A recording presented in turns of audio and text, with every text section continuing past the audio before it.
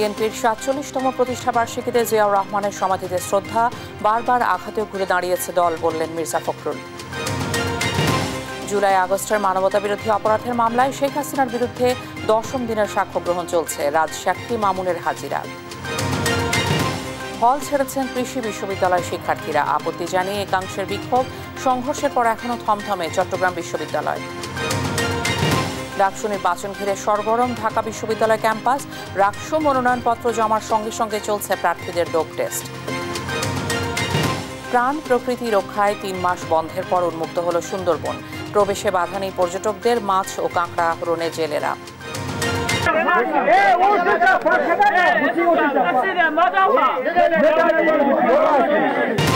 শক্তিশালী ভূমিকম্পে কাঁপল আফগানিস্তান, প্রাণহানি কমপক্ষে ২৫০, সীমান্তবর্তী কুনার প্রদেশে ব্যাপক ক্ষয়ক্ষতি।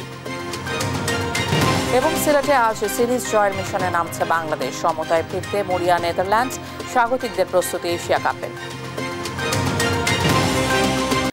সংবাদ দুপুরে দেখছিলেন সংবাদ শিরোনাম, সঙ্গে আছি আমি ইশিকা আজিজ।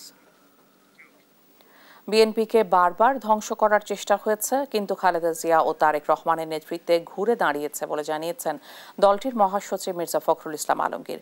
সোমবার সকালে বিএনপির ৪৭তম প্রতিষ্ঠাবার্ষিকী উপলক্ষে শহীদ প্রেসিডেন্ট জিয়াউর রহমানের সমাধিতে শ্রদ্ধা জানিয়ে কথা বলেন তিনি। জানান, বিএনপিকে নিশ্চিহ্ন করতে অবিশ্বাস্য রকম ফ্যাসিজম প্রতিষ্ঠা করা হয়েছিল। ৩১ দফার মধ্য দিয়ে দেশের রাজনীতিতে আমূল পরিবর্তন হবে জানিয়ে মির্জা ফখরুল বলেন, জনগণ রাষ্ট্র পরিচালনার দায়িত্ব দিলে দেশকে সামনের দিকে এগিয়ে নিয়ে যাবে বিএনপি। বিএনপির ৩১ দফা কর্মসূচি প্রবর্তনের মধ্যে দিয়ে বাংলাদেশের রাজনীতিতে সম্পূর্ণ আমূল একটি পরিবর্তন আনার ব্যবস্থা করেছে। জনগণের সমর্থনের মধ্য দিয়ে বিএনপি যদি রাষ্ট্র পরিচালনার দায়িত্ব পায়, তাহলে নিঃসন্দেহে আমাদের নেতা চেয়ারম্যান তারেক রহমানের নেতৃত্বে বাংলাদেশের বিএনপি একদিকে রাজনৈতিক পরিবর্তন ঘটাবে, অন্যদিকে অর্থনৈতিক প্রবৃদ্ধি ঘটাবে এবং নিঃসন্দেহে বাংলাদেশকে আরো সামনের দিকে এগিয়ে নিয়ে যাবে। বিএনপির প্রতিষ্ঠাবার্ষিকী উপলক্ষে দলটির প্রতিষ্ঠাতা শহীদ রাষ্ট্রপতি জিয়াউর রহমানের সমাধিতে শ্রদ্ধা জানাচ্ছেন নেতাকর্মীরা। পরিস্থিতি জানাতে সরাসরি যুক্ত হচ্ছেন সহকর্মী জুনায়েদ আল হাবিব। জুনায়েদ, প্রতিষ্ঠাবার্ষিকীতে কি বলছেন নেতাকর্মীরা, বিস্তারিত জানাবেন। ইশিকা, বিএনপির ৪৭তম প্রতিষ্ঠাবার্ষিকী উপলক্ষে কিছুক্ষণ আগে দলটির ভারপ্রাপ্ত মহাসচিব মির্জা ফখরুল ইসলাম আলমগীর দলের নেতাকর্মীদের নিয়ে বিএনপির প্রতিষ্ঠাতা শহীদ প্রেসিডেন্ট জিয়াউর রহমানের মাজারে এসে পুষ্পস্তবক অর্পণ করেছেন এবং তিনি এখানে ফাতেহা পাঠ করে দোয়া মোনাজাতের মধ্য দিয়ে মূলত আজকের তাদের যে প্রতিষ্ঠাবার্ষিকী সেই প্রতিষ্ঠাবার্ষিকীর কর্মসূচিটি পালন করেছেন। তো এই মুহূর্তে আমি আসলে এই শহীদ জিয়ার মাজার প্রাঙ্গণে রয়েছি। আমরা এখনো দেখছি যে দলের বিভিন্ন স্তরের নেতাকর্মীরা তারা ফুল নিয়ে শহীদ জিয়ার মাজারে এসছেন, তারা মূলত শ্রদ্ধা নিবেদনের জন্য তারা আসছেন। আপনি জানেন যে ১৯৭৮ সালের এই দিনে এই দলটির প্রতিষ্ঠা হয়েছিল এবং সেই প্রতিষ্ঠা লগ্ন থেকেই বিএনপি এই দেশের বিভিন্ন আন্দোলন সংগ্রামে লড়াই করে আসছেন, দেশের গণতন্ত্র পুনরুদ্ধারে, মানুষের ভোটাধিকার পুনরুদ্ধারে লড়াই করে আসছেন। সেই লড়াইয়ে আজকে দলটি একটি শক্ত অবস্থানে রয়েছেন। তো বিএনপির ভারপ্রাপ্ত মহাসচিব তিনি যেমনটা বলছিলেন যে এই মুহূর্তে বাংলাদেশের সবচেয়ে বড় চ্যালেঞ্জ হচ্ছে মানুষের আসলে ভোটাধিকার ফিরিয়ে আনা, একটি অবাধ সুষ্ঠু নিরপেক্ষ নির্বাচনের মধ্য দিয়ে নির্বাচিত সরকারের কাছে ক্ষমতা হস্তান্তর করাই হচ্ছে বাংলাদেশের এখন সবচেয়ে বড় চ্যালেঞ্জ বলে তিনি মনে করছেন। তো তিনি বলছেন যে আসলে বারবারই বিএনপিকে দমিয়ে রাখার চেষ্টা করা হয়েছে, অতীত হয়েছে, ভবিষ্যতে হতে পারে। তবে তারা বলছেন যে অতীতের মতো বিএনপি যেভাবে ফিনিক্স পাখির মতো বারবার জেগে উঠেছে, এবারও বিএনপিকে কেউ আসলে দমিয়ে রাখতে পারবে না। তারা বলছেন যদি অবাধ ও গ্রহণযোগ্য সুষ্ঠু নির্বাচন হয়, তাহলে এই নির্বাচনের মধ্য দিয়ে দলটি আবারও ক্ষমতায় আসবে এবং দেশের মানুষের ভাগ্যের পরিবর্তনে, দেশের মানুষের উন্নয়নে তারা কাজ করবেন বলে অঙ্গীকার ব্যক্ত করেছেন। এছাড়া আসলে দলটির পক্ষ থেকে আজকে যে বিষয়টি সবচেয়ে বেশি গুরুত্ব দেওয়া হয়েছে যে নির্বাচন বানচালের এক ধরনের ষড়যন্ত্র হচ্ছে বলে কিন্তু তারা দীর্ঘদিন ধরে বলে আসছেন। আজকে একই কথা আবারও পুনর্ব্যক্ত করেছেন। তারা বলছেন যে ষড়যন্ত্র মোকাবেলা করেই আগামী ফেব্রুয়ারিতে নির্বাচনের যে রোডম্যাপ ঘোষণা করা হয়েছে সেই ফেব্রুয়ারির মধ্যেই নির্বাচন অনুষ্ঠানের জন্য নির্বাচন কমিশন সহ অন্তর্বর্তীকালীন সরকারকে তারা সর্বাত্মক সহযোগিতা করবেন বলেও কিন্তু অঙ্গীকার ব্যক্ত করেছেন। তা আমরা আসলে নেতাকর্মীদের সাথেও কথা বলেছি যারা এখানে এসেছেন, তারাও প্রত্যাশা করছেন গত 1.5 যুগে দলটির উপর যেভাবে দমন পীড়ন নির্যাতন করা হয়েছিল, বিশেষ করে হাসিনার স্বৈরশাসন আমলে দলের শত শত নেতাকর্মীকে গুম করা হয়েছে, খুন করা হয়েছে, কারান্তরীণ হয়েছেন, সেই অবস্থা থেকে আজকে দলটি একটু একটু করে উত্তরণের দিকে যাচ্ছেন। এবং বিএনপির ভারপ্রাপ্ত চেয়ারম্যান যিনি এখন রয়েছেন তারেক রহমান, তিনি আসলে বিদেশে বসেও এখনো দলের নেতৃত্ব দিয়ে যাচ্ছেন। তো তারা আশা করছেন যে খুব দ্রুতই তারেক রহমান দেশে ফিরে দলটির হাল ধরবেন এবং বাংলাদেশের যে প্রতিনিধিত্ব সেই প্রতিনিধিত্ব গ্রহণ করবেন। তো আসলে আজকে দিনভর মূলত 6 দিন ব্যাপী তারা এই প্রতিষ্ঠা বার্ষিকী উপলক্ষে কর্মসূচি ঘোষণা করেছেন। আজকে গতকাল তারা আলোচনা সভার আয়োজন করেছিলেন, আজকে পুষ্পস্তবক অর্পণ করেছেন, আগামীকাল র্যালি রয়েছে। এভাবে আগামী 6 দিন পর্যন্ত কিন্তু বিএনপির এই প্রতিষ্ঠা বার্ষিকীর কর্মসূচি চলবে। তো এখন পর্যন্ত এই ছিল আমার কাছে শহীদ জিয়ার মাজার প্রাঙ্গণ থেকে সবশেষ খবর। জুনায়েদ, অনেক ধন্যবাদ আপনাকে। বিএনপির 47তম প্রতিষ্ঠা বার্ষিকী নিয়ে বিস্তারিত জানছিলাম সহকর্মীর কাছে। দেশের বৃহৎ রাজনৈতিক দল বিএনপির 47তম প্রতিষ্ঠা বার্ষিকী আজ। নানা চড়াই উতরাই পেরিয়ে দলের জন্মদিনে নীতি নির্ধারকরা বলছেন, স্বার্থান্বেষী গোষ্ঠীর কারণে রাষ্ট্র পরিচালনা বিএনপির জন্য কখনোই সহজ ছিল না। ফ্যাসিবাদী শক্তির ফিরে আসা ঠেকানো ও আধিপত্যবাদী শক্তির প্রভাবমুক্ত দেশ করা সামনের দিনে বড় চ্যালেঞ্জ বলে মনে করেন তারা। গণতন্ত্র পুনঃপ্রতিষ্ঠার আন্দোলনে অংশ নেয়া রাজনৈতিক দলগুলোর ঐক্য ধরে রাখা জরুরি বলেও মত দেন বিএনপির নীতি নির্ধারকরা। সাইফুল রিপনের আধিপত্যবাদী শক্তি মোকাবেলা করে 47 বছরে গণতন্ত্রের পক্ষে লড়াই আর রাষ্ট্র পরিচালনা কোনোটিই সহজ ছিল না বলে জানান বিএনপির নীতি নির্ধারকরা। ভারত তাদের নিজের স্বার্থ উদ্ধার করার জন্য বাংলাদেশের জনগণের স্বার্থকে জলাঞ্জলি দিয়েছে এবং তাদেরই লোকাল এজেন্ট হিসাবে আওয়ামী লীগ এবং আরও 2-1টি রাজনৈতিক দল জনগণের স্বার্থের বিরুদ্ধে, দেশের স্বার্থের বিরুদ্ধে পদক্ষেপ নিয়েছে। বাধা বিঘ্ন পেরিয়েই বিএনপিকে রাজনীতি করতে হচ্ছে এবং এই যে ভারতের কুটচালের কারণে শান্তিতে সরকার পরিচালনা করতে পারেনি। বিএনপি আমরা অনেক শক্ত দল, মানসিক দিক দিয়ে চ্যালেঞ্জ আসবে, মোকাবেলা করব, এর মধ্যে দেশকে এগিয়ে নিয়ে যাব, এটাই আমাদের মূল মন্ত্র। সামনের পথ চলায় গণতন্ত্রের পক্ষের শক্তির ঐক্য জরুরি বলেও মনে করেন বিএনপির শীর্ষ নেতারা। শক্তিগুলো ঐক্যবদ্ধভাবে। সাইফুল রিপন, দেশ টিভি, ঢাকা। জুলাই আগস্ট সংঘটিত মানবতাবিরোধী অপরাধের মামলায় সাবেক প্রধানমন্ত্রী শেখ হাসিনা ও সাবেক স্বরাষ্ট্রমন্ত্রী আসাদুজ্জামান খান কামাল সহ 3 জনের বিরুদ্ধে 10ম দিনের সাক্ষ্য গ্রহণ চলছে। আজ সাক্ষ্য দেবেন 4 জন চিকিৎসক ও 2 জন জুলাই যোদ্ধা। আন্তর্জাতিক অপরাধ ট্রাইব্যুনাল 1-এ এই সাক্ষ্য গ্রহণ চলছে। এর আগে হাজির করা হয় আসামি থেকে রাজসাক্ষী হওয়া সাবেক আইজিপি চৌধুরী আবদুল্লাহ আল মামুনকে। এ মামলায় এখন পর্যন্ত শহীদ পরিবার, আহত, চিকিৎসক, প্রত্যক্ষদর্শী সহ 29 জন সাক্ষ্য দিয়েছেন। সাক্ষীরা সবাই তুলে ধরেন জুলাই অভ্যুত্থানের নৃশংসতা। বিচার দাবি করেন গণহত্যায় জড়িত সবার। পাশাপাশি শেখ হাসিনা, আসাদুজ্জামান খান কামাল ও চৌধুরী আবদুল্লাহ আল মামুনকে মাস্টারমাইন্ড হিসেবে তুলে ধরেন তারা। এছাড়া রামপুরায় কার্নিশে ঝুলে থাকা এক শিক্ষার্থীকে গুলি করার ঘটনায় পুলিশের আলোচিত সাবেক এসআই চঞ্চল চন্দ্র সরকারকে হাজির করা হয় ট্রাইব্যুনালে।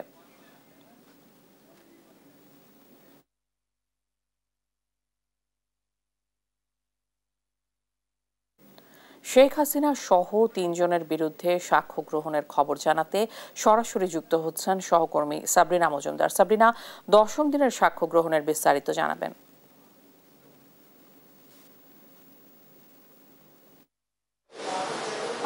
ইশিকা, 10ম দিনের যে সাক্ষ্য গ্রহণ শেখ হাসিনা এবং সাবেক স্বরাষ্ট্রমন্ত্রী আসাদুজ্জামান খান কামাল এবং সাবেক আইজিপি চৌধুরী আবদুল্লাহ আল মামুন, সেটি কিন্তু শুরু হয়ে গিয়েছে। এবং প্রথম সাক্ষ্য গ্রহণে যে অংশ নিয়েছেন তিনি হচ্ছেন সিলেটের একজন ফটো সাংবাদিক মুহিত হোসেন। তিনি আসলে বলছেন যে সিলেটে যখন জুলাই আগস্ট আন্দোলন হয় সেখানে আসলে তিনি কি কি দেখেছেন এবং তিনি আজকে একজন প্রত্যক্ষদর্শী হিসেবে এসেছেন এবং তিনি বলছেন যে ওই সময়কার যে সিচুয়েশনগুলো তৈরি হয়েছিল, ওই সময়কার যে পরিবেশ সৃষ্টি হয়েছিল, ওই সময় পুলিশ কিভাবে আন্দোলন দমনে ছাত্রদের উপর হাবি হয়ে গিয়েছিলেন এবং পুলিশ আন্দোলন দমনে আসলে কি কি করছিলেন সেটি আসলে তিনি বর্ণনা করছেন। এবং আমি যদি একটু বলতে চাই যে এই শেখ হাসিনার সাক্ষ্য গ্রহণে কিন্তু যারা জুলাই যোদ্ধা আছেন, জুলাই শহীদের পরিবার রেজিস্ট্রাররা আসেন, উপদেষ্টারাও আছেন আমরা জানতে পেরেছি, এবং সেই সাথে রাজসাক্ষী চৌধুরী আব্দুল আল মামুনও কিন্তু আসলে সাক্ষ্য দিবেন। এবং যেটা বলতে চাই যে জুলাই আগস্টের এই যে সাক্ষ্য গ্রহণের মধ্যে কিন্তু প্রতিদিনই আসলে আমরা নতুন নতুন ঘটনা আসলে সম্পর্কে জানতে পারছি, যে আমরা কিন্তু টেলিভিশনের মাধ্যমে বা সংবাদ মাধ্যমে যতটুকু জানতে পেরেছি সেইখানে সেই সময়কার সময় আসলে যে মানুষরা বা যারা আসলে উপস্থিত ছিলেন তারা কিন্তু তাদের সামনে যে ঘটনাগুলো সেগুলো আসলে তারা তুলে ধরছেন, এবং সেখানে কিন্তু এজলাসও আসলে স্তম্ভিত হয়ে গেছেন যে জুলাই আগস্টের সময় আসলে এই সবও হতে পারে। সেখানে কিন্তু আজকে কিন্তু শুধু আসলে প্রত্যক্ষদর্শী কিংবা জুলাই যোদ্ধা যারা আছেন তারা আসবেন না, সেই সাথে চিকিৎসকরাও কিন্তু আসবেন, এবং তারা আসলে এখানে এসে বলবেন যে আসলে চিকিৎসার সময় যে জুলাই অভ্যুত্থানে যে ছাত্র জনতারা যারা বিভিন্ন হাসপাতালে চিকিৎসা নিতে গিয়েছেন তারা আসলে কিভাবে বাধার সম্মুখীন হয়েছে, এবং সেই সাথে সাবেক প্রধানমন্ত্রী শেখ হাসিনা আসলে কিভাবে বিভিন্ন হাসপাতালে আসলে তাদের বিভিন্ন মন্ত্রী বা তাদের নিচে যে পুলিশ কর্মকর্তাদের মাধ্যমে আসলে কিভাবে চাপ প্রয়োগ করেছে হাসপাতালে। ইতোমধ্যে কিন্তু আমরা অনেক চিকিৎসকরাই আসলে এসেছেন 29 জনের মধ্যে এ পর্যন্ত সাক্ষ্য দেওয়ার মধ্যে। সেখানে কিন্তু তারা বলেছেন যে বিভিন্ন হাসপাতালে কিন্তু আমরা শুনতে পেরেছি যে শেখ হাসিনা আসলে নির্দেশ দিয়েছিলেন যাতে করে কোনো ট্রিটমেন্ট না দেওয়া হয়, এবং সেই সাথে আমরা আরও শুনতে পেরেছি যে বিভিন্ন সালমান এফ রহমান এবং আইজিপির কথোপকথনও শুনতে পেরেছি যাতে বিভিন্ন হাসপাতালে যদি চিকিৎসা না দেওয়া সেগুলো শুনতে পেরেছি। আজকেও কিন্তু আমরা আসলে এরকম কোনো তথ্য শুনতে পাবো। তবে একটা জিনিস জানিয়ে দিতে চাই যে সবাই কিন্তু আসলে অপেক্ষায় আছে যে রাজসাক্ষী চৌধুরী আব্দুল আল মামুন আসলে কবে সাক্ষ্য দিবেন। তো আমরা জানতে পেরেছি যে তিনি এই সপ্তাহের মধ্যে আসলে সাক্ষ্য দেওয়ার কথা রয়েছে।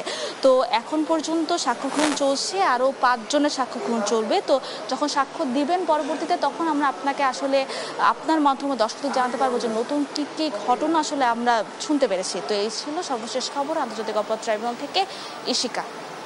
সাবরিনা, অনেক ধন্যবাদ আপনাকে।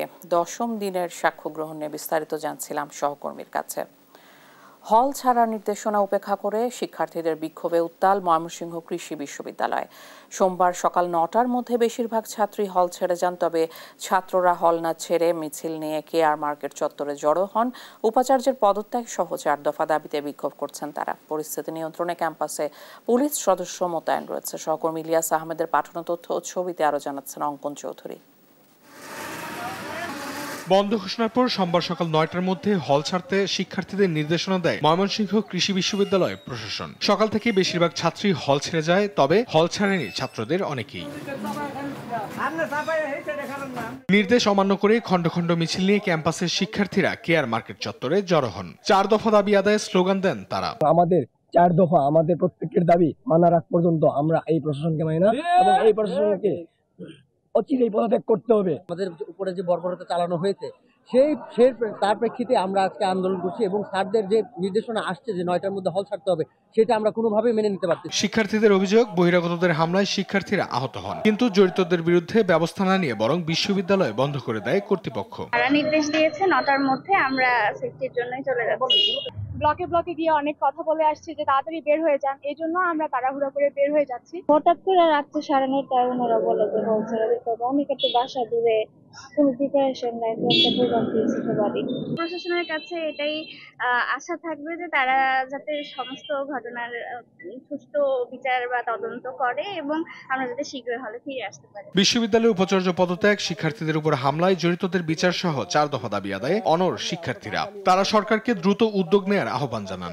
ন্যাক্কারজনক ঘটনা যাতে আর ভবিষ্যতে ভার্সিটিতে না ঘটে সেই জন্য আমরা অবস্থান নিয়েছি। এর বিচার না হওয়া পর্যন্ত আমরা কেউ হল ছাড়বো না, আমরা কাউকে ছেড়ে যাব না। আন্দোলনটি ভেটেরিনারি ও পশুপালন অনুষদের কম্বাইন্ড ডিগ্রি দাবিতে শুরু হয়। একাডেমিক কাউন্সিলের বৈঠক দাবি, নাকচ খবর ছড়িয়ে পড়ার পর শিক্ষার্থীরা উপাচার্য সহ শিক্ষকদের অবরুদ্ধ করে। পরে বহিরাগতদের হামলায় শিক্ষার্থী ও সাংবাদিক আহত হন এবং ক্যাম্পাসে উত্তেজনার কারণে বিশ্ববিদ্যালয় অনির্দিষ্টকালের জন্য বন্ধ ঘোষণা করা হয়।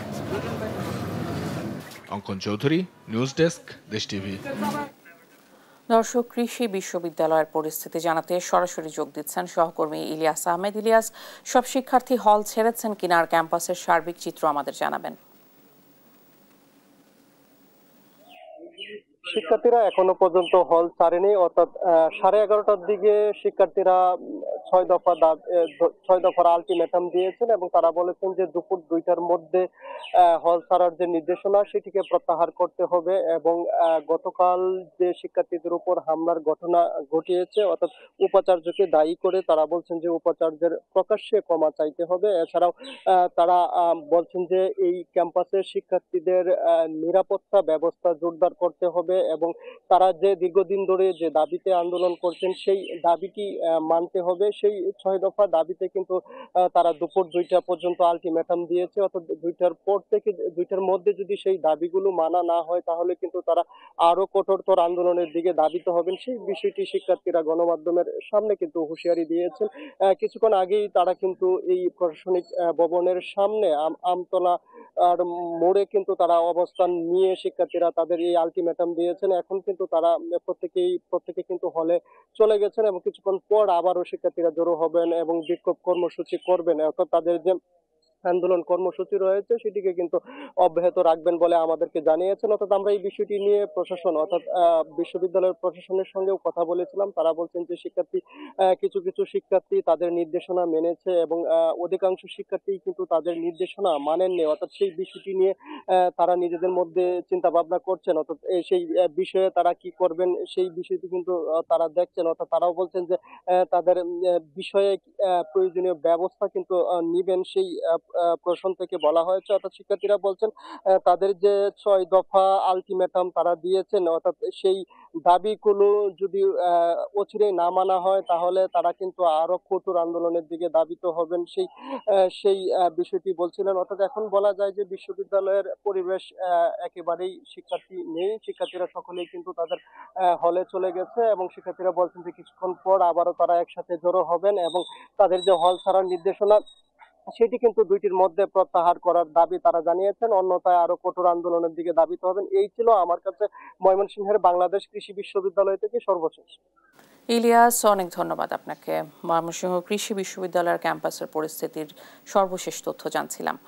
এদিকে 144 ধারা জারি থাকায় চট্টগ্রাম বিশ্ববিদ্যালয় ক্যাম্পাস ও পাশের জোবরা এলাকায় বিরাজ করছে থমথমে অবস্থা।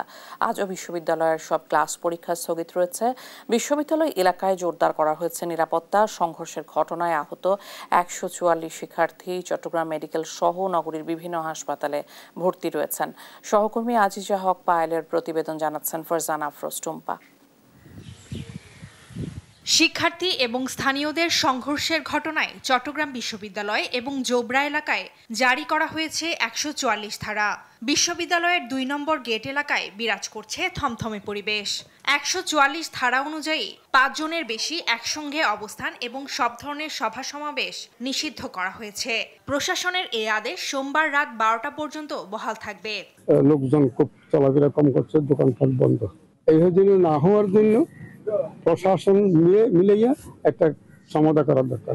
মোটামুটি ঠান্ডা আছে, লোকজন নাই, সেনাবাহিনী টল দিচ্ছে, তারপর আমরা দোকানপাট খুলছি, কেউ নেই, ছাত্ররা নেই, স্থানীয় লোকজনও নেই, রাস্তা একদম ক্লিয়ার। সংঘর্ষে বিশ্ববিদ্যালয়ের প্রভিসি অধ্যাপক মোহাম্মদ কামাল উদ্দিন এবং প্রক্টর অধ্যাপক তানভীর মোহাম্মদ হায়দার আরিফ আহত হয়। সোমবারও বিশ্ববিদ্যালয়ের সব ক্লাস ও পরীক্ষা স্থগিত রাখা হয়েছে। আশঙ্কার মধ্যে রয়ে গেছে আর কি স্টুডেন্টরা যে কি হবে, পরিস্থিতি কি সামনে আরো অবস্থা কি বেগতিক হবে নাকি হবে না, সবাই হলে চলে গেছে। নাম্বার গেটের এদিকে আমরা যতগুলো বন্ধু বান্ধব আসছিল ওরা সবাই কালকে এখানে কেউ ছিল না, ভয়ে মানে ওদের উপর আবার হামলা হতে পারে, এই জন্য সবাই হলে ছিল আর অনেকে বাড়ি চলে গেছে। আজকে আমাদের 2য় বর্ষ পরীক্ষা শুরু হওয়ার কথা ছিল কিন্তু পরীক্ষা স্থগিত হয়েছে কারণ আমাদের ব্যাচের অনেকে আহত হয়ে গেছে। আমার বন্ধুর মাথা ফাটছে, কয়েকজন কোপ খাইছে। এদিকে শনিবার রাতে সংঘর্ষের পর থেকে শুরু করে এখনো টহলে রয়েছে সেনাবাহিনী। বিশ্ববিদ্যালয় এলাকায় জোরদার করা হয়েছে নিরাপত্তা ব্যবস্থা। অপরিচিত সন্দেহমূলক যাদেরকে অপরিচিত একটু হচ্ছে তাদেরকে আমরা খাতাতে এন্ট্রি করে এবং পারমিশন নিয়ে কোথাও যাচ্ছে কিনে দেন। স্থানীয়দের সঙ্গে সংঘর্ষের ঘটনায় আহত 144 শিক্ষার্থী চট্টগ্রাম নগরীর বিভিন্ন হাসপাতালে চিকিৎসাধীন রয়েছেন। ফারজানা আফরোজ টুম্পা, নিউজ ডেস্ক, দেশ টিভি। দেখছেন সংবাদ দুপুর। ডাকসু নির্বাচন ঘিরে সরগরম ঢাকা বিশ্ববিদ্যালয় ক্যাম্পাস। প্রচারণায় ব্যস্ত প্রার্থীরা। ছাত্রদল সমর্থিত প্যানেলের ভিপি প্রার্থী আবিদুল ইসলাম খান বলেন, যারা দীর্ঘ সময় আন্দোলনের মধ্যে ছিল তাদেরকেই বেছে নেবেন শিক্ষার্থীরা। একটি গোষ্ঠী অপপ্রচার চালাচ্ছে বলে অভিযোগও করেন তিনি। এদিকে ছাত্র শিবির সমর্থিত প্যানেলে ভিপি প্রার্থী সাদিক কায়েম বলেন, পতিত শক্তি পরিকল্পিতভাবে ক্যাম্পাসকে অস্থিতিশীল করার চেষ্টা করছে। এজন্য জুলাই অভ্যুত্থানের শক্তিকে ঐক্যবদ্ধ থাকবে। সাইবার মাধ্যমে অব্যাহত গুজবের অভিযোগও করেন তিনি।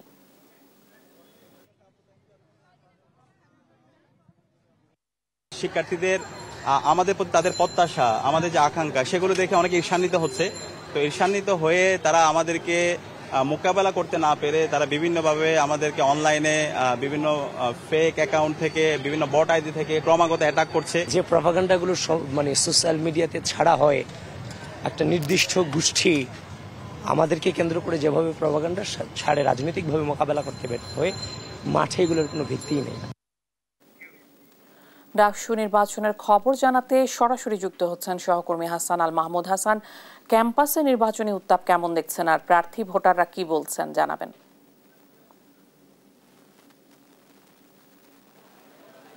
ধন্যবাদ আপনাকে। আমরা সকাল থেকে ক্যাম্পাসে দেখছি বিভিন্ন প্যানেলের প্রার্থী যারা তারা কিন্তু প্রচারণা চালাচ্ছেন, একই সাথে স্বতন্ত্র যেসব প্রার্থী তারাও কিন্তু প্রচারণা চালাচ্ছেন এবং পুরো ক্যাম্পাসেই এখন পর্যন্ত উৎসবমুখর পরিবেশ আমরা দেখছি। সেখানে কোনো ধরনের অপ্রীতিকর ঘটনার কোনো রকম ঘটনা ঘটেনি। তবে বিভিন্ন প্রার্থীরাও যেটি অভিযোগ করছে যে সামাজিক যোগাযোগ মাধ্যম সহ বিভিন্ন জায়গায় আসলে সাইবার বুলিং এর মতো ঘটনা ঘটছে। বিশেষ করে নারী প্রার্থীদের মধ্যে এই প্রবণতাটা বেশি দেখা যাচ্ছে, তারা এই ধরনের হয়রানির শিকার হচ্ছেন। সেক্ষেত্রে তারাও কিন্তু অভিযোগ করছেন প্রশাসন যাতে দ্রুত ব্যবস্থা নেয়। তবে এখন পর্যন্ত ক্যাম্পাসের যে পরিবেশ সেটি কিন্তু স্বাভাবিক রয়েছে। বিশেষ করে গতকালকের যে দুটি ক্যাম্পাসে ভিন্ন ধরনের ঘটনা ঘটেছিল, সেই ঘটনার প্রেক্ষিতে কিন্তু তারা বলছেন যে কিছুটা আসলে তারাও শঙ্কা ফিল করছেন, যেহেতু দুটি ক্যাম্পাসে বড় ধরনের ঘটনা ঘটছে। এখানে বর্তমান প্রশাসনকে আসলে আরো বেশি শক্ত অবস্থান নিতে হবে যাতে এটি বানচালের কোনো ধরনের পরিবেশ না তৈরি হয়। তো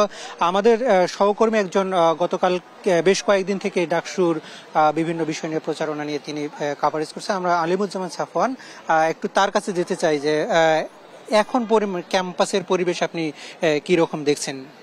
আমরা তো বেশ কয়েকদিন যাবত ডাকসু কাভার করছি শুরু থেকে। তো এখন পর্যন্ত কিন্তু অবস্থান নিয়ে কিন্তু কোনো দল বা কোনো প্রার্থী বা কোনো ছাত্র সংগঠন কিন্তু কোনো অভিযোগ করেনি। হ্যাঁ, তাদের মধ্যে অভিযোগ রয়েছে, কিন্তু সেগুলো কিন্তু রয়েছে সোশ্যাল মিডিয়া বুলিং বা আচরণবিধি লঙ্ঘন, এই সব অভিযোগগুলো কিন্তু রয়েছে। কিন্তু কারোর সাথে আসলে সরাসরি সংঘর্ষে জড়িয়ে যাওয়া বা নির্বাচন বানচালের যে বিষয়টি আপনি বলছিলেন, তো সেরকম কিছু কিন্তু আমরা এখন দেখতে পাইনি। গতকাল কিন্তু এস এম ফরহাদের নামে রিট হয়েছে, প্রার্থীতা চ্যালেঞ্জ করা হয়েছে। তো সেখানে কিন্তু ছাত্র দলের জিএস প্রার্থী তানমির বাড়ি হামিম তিনি কি বলছেন যে একটি প্রার্থীর বিরুদ্ধে একবার নির্বাচনের শেষ মুহূর্তে এসে কেন অভিযোগ করতে হবে, সেই অভিযোগটা আগেও করা যেত। আর তার মধ্যে বোঝা যাচ্ছে তারা কিন্তু চান যে ডাকসু নির্বাচনটি কিন্তু হোক। এবং কিছুক্ষণ আগে এখানে সায়েন্স ফ্যাকাল্টির সামনে কিন্তু আপনি দেখতে পাচ্ছিলেন যে ছাত্র দলের যে প্যানেল রয়েছে, যে ভিপি প্রার্থী আবিদ এবং তানভীর বাড়ি হামিম জিএস প্রার্থী, অন্যান্য ছাত্র দলের সদস্য প্রার্থী বা সম্পাদক প্রার্থী, তাদের সাথে কিন্তু প্রচারণা করছে ইসলামী ছাত্র শিবিরের সমর্থিত জোটের যে প্যানেল প্রার্থীরা। তো অবস্থান নিয়ে যে কোনো প্রশ্ন সেটি কিন্তু ক্যাম্পাসে বিরাজমান নেই। আচ্ছা, অন্যান্য যে বাকছাস বলে, অন্যান্য ছাত্র সংগঠন বলে, সবাই কিন্তু আসলে অবস্থান করে কিন্তু প্রচারণা চায়। তাদের মধ্যেও কিন্তু একটা উৎসব মুখর পরিবেশ বা প্রতিযোগিতা সেটি কিন্তু আমরা দেখতে পাচ্ছি। আসলে কেউ কিন্তু বসে নেই, সবাই কিন্তু দাঁড়ে দাঁড়িয়ে গিয়ে ভোটটা চাচ্ছেন, যে আর দূর থেকে না, একেবারে শিক্ষার্থীদের পালস বোঝার চেষ্টা করছেন। এবং তারা কিন্তু এখনো কিন্তু বলতে পারছেন না যে আমি ভোটে জয়ী হয়ে আসবো। তার কারণে কিন্তু তাদের যে প্রচারণা সেটা আপনি দেখলে বুঝতে পারবেন যে তারা খুব সিরিয়াসলি আসলে এই ডাকসু নির্বাচনটিকে নিয়ে। সাধারণ শিক্ষার্থীদের প্রতিক্রিয়া আপনি কেমন দেখছেন? শিক্ষার্থীরা কিন্তু এখনো নির্দিষ্ট করে বলছে না যে ভোটের দৌড়ে কারা এগিয়ে যাচ্ছে। তারা কিন্তু বলছে যে তারা কিন্তু এখনো বিচার বিশ্লেষণ করছেন, তারা কিন্তু ইস্তেহারগুলো শুনতে যাচ্ছেন। আপনি তার কাছে ভোট চাইতে গেলেন, কিন্তু সে কিন্তু বলবেন আপনাকে ভোট দিবে, সে আপনার ইস্তেহার শুনবে, তারপরে কিন্তু আপনাকে সে আশ্বাস দিতে পারবে যে হ্যাঁ আপনার ইস্তেহার আমার কাছে ভালো লেগেছে, আমি আপনাকে ভোট দেবো কি দেবো না। এখনো কিন্তু শিক্ষার্থীরা সেই ইস্তেহার অনুযায়ী সিদ্ধান্ত তারা নিচ্ছে। ধন্যবাদ আপনাকে। আমরা দেখছিলাম যে সাধারণ শিক্ষার্থীরাও কিন্তু চাচ্ছে, একই সাথে তারা যেটি চাচ্ছে যে প্রতি বছর যেন ডাকসুটা নির্ধারিত সময়ের মধ্যেই হয়। এক্ষেত্রে সাধারণ শিক্ষার্থীদের যে ভয় সেটি প্রশাসনের কাছে দ্রুত পৌঁছানোর জন্য ডাকসু একটা বড় মাধ্যম হিসেবে প্রতিষ্ঠিত হবে, এমনটা কিন্তু এখানকার সাধারণ শিক্ষার্থীরা চাচ্ছেন। তো এই ছিল আমার কাছে এখান থেকে সবশেষ পরিস্থিতি। শিখা। হাসান, অনেক ধন্যবাদ আপনাকে। ডাকসু নির্বাচনী উত্তাপ নিয়ে বিস্তারিত জানছিলাম দুজন সহকর্মীর কাছে। রাজশাহী বিশ্ববিদ্যালয়ে কেন্দ্রীয় ছাত্র সংসদ, হল সংসদ ও সিনেটে ছাত্র প্রতিনিধি নির্বাচনে মনোনয়নপত্র জমা চলছে। আগামী বৃহস্পতিবার পর্যন্ত প্রতিদিন সকাল 9টা থেকে বিকেল 5টা পর্যন্ত মনোনয়নপত্র জমা নেওয়া হবে। এর আগে 6 দিনে 387 জন শিক্ষার্থী মনোনয়নপত্র সংগ্রহ করেন। এর মধ্যে কেন্দ্রীয় ছাত্র সংসদে 318 জন, সিনেট ছাত্র প্রতিনিধি পদে 69 জন মনোনয়ন তুলেছেন। ভিপি পদে 18 জন, জিএস পদে 7 জন এবং এজিএস পদে 8 জন ফর্ম নিয়েছেন। রাষ্ট্র নির্বাচনে 43টি পদে মোট ভোটার 24,892 জন। এবারে প্রার্থীদের জন্য ডোপ টেস্ট বাধ্যতামূলক করা হয়েছে। কালকে তো দেখলেনি যে আমাদের ক্যাম্পাস একটা অচল অবস্থা তৈরি হয়ে গেছিল, তো সেখানে থাকার কারণে কালকে ডপ টেস্টটা দিতে পারি নাই। তো আজকে আসছি ডপ টেস্ট দিতে।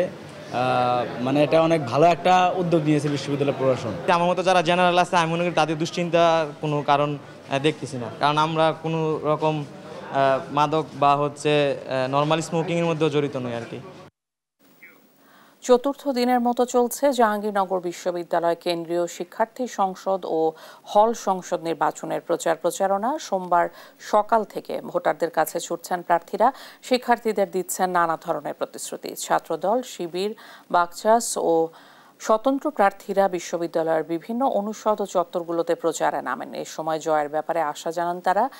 আগামী 11 সেপ্টেম্বর 10ম জাকসু নির্বাচনের ভোট গ্রহণ। এবার মোট ভোটার 11,919 জন, এর মধ্যে ছাত্র 6,102 জন আর ছাত্রী 5,817 জন।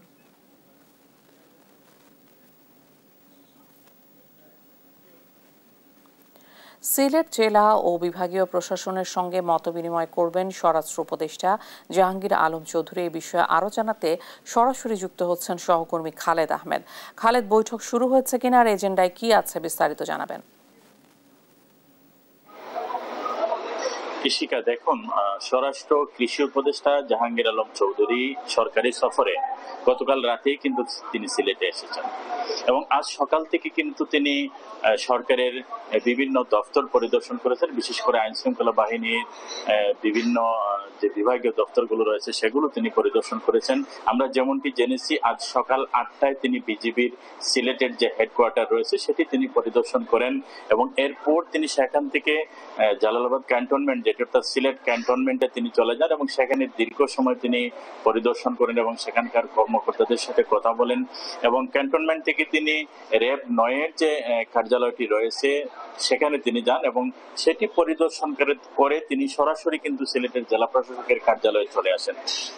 এই মুহূর্তে কিন্তু স্বরাষ্ট্র ও কৃষি উপদেষ্টা জনাব জাহাঙ্গীর আলম চৌধুরী আমার বাম পাশে যে সম্মেলন কক্ষটি রয়েছে সেখানে তিনি মত বিনিময় সভায় অংশ নিয়েছেন। সিলেটের জেলা প্রশাসক মোহাম্মদ সারোয়ার আলমের সভাপতিত্বে এই মত বিনিময় সভায় সিলেট রেঞ্জের ডিআইজি, সিলেটের পুলিশ কমিশনার, কারা মহাপরিদর্শক সহ সরকারের বিভিন্ন দপ্তরের যারা কর্মকর্তা আছেন তারা অংশ নিচ্ছেন। একই সাথে কৃষি বিভাগের যে কর্মকর্তারা আছেন তারাও কিন্তু এখানে অংশ নিচ্ছেন। তো আমরা একটু আগে কথা বলেছিলাম সিলেটের জেলা প্রশাসক মোহাম্মদ সারোয়ার আলমের সাথে। তিনি বলেছেন যে এই মত বিনিময় সভা শেষে স্বরাষ্ট্র উপদেষ্টা মোহাম্মদ জাহাঙ্গীর আলম চৌধুরী তিনি সাংবাদিকদের সাথে কথা বলবেন এবং তখনই আসলে তিনি তার বক্তব্যে এই পরিদর্শন নিয়ে সার্বিক বিষয়টি জানাবেন। তো এই ছিল স্বরাষ্ট্র উপদেষ্টার সিলেট সফর এবং মত বিনিময় সভা নিয়ে সবশেষ তথ্য। কৃষিকা খালেদ, অনেক ধন্যবাদ আপনাকে। সিলেট জেলা ও বিভাগীয় প্রশাসনের সাথে মতবিনিময় করছেন স্বরাষ্ট্র উপদেষ্টা। সর্বশেষ তথ্য জানছিলাম। জুন, জুলাই ও আগস্ট 3 মাস টানা বন্ধ থাকার পর আজ থেকে সুন্দরবন পর্যটক ও জেলেদের জন্য উন্মুক্ত করা হয়েছে। মাছ ও কাঁকড়া আহরণ শুরু করেছেন জেলেরা। প্রতি বছর 1 জুন থেকে 31 আগস্ট পর্যন্ত বন্যপ্রাণী ও মাছের প্রজনন মৌসুম হওয়ায় প্রবেশ বন্ধ রাখে বন বিভাগ। মানুষের উপস্থিতি না থাকায় বন্যপ্রাণী অবাধে বিচরণ করতে পারে। নিষেধাজ্ঞা শেষ হওয়ায় দেশ বিদেশের পর্যটকরা বন বিভাগের নির্ধারিত রাজস্ব দিয়ে সুন্দরবনে প্রবেশ করছে। বন বিভাগের কর্মকর্তারা জানিয়েছেন, প্রকৃতিকে বিশ্রাম দেওয়ার এই উদ্যোগ বনের ভারসাম্য রক্ষায় গুরুত্বপূর্ণ। 2019 সালে প্রথমবার 2 মাসের জন্য প্রবেশে নিষেধাজ্ঞা দেওয়া হয়। 2022 থেকে সময়সীমা 3 মাস করা হয়। রাজস্ব দেয়া নৌকা, ট্রলারের রং সংকেত থাকায় অবৈধ নৌকা প্রবেশ করলে বন আইনে ব্যবস্থা নেওয়া হবে।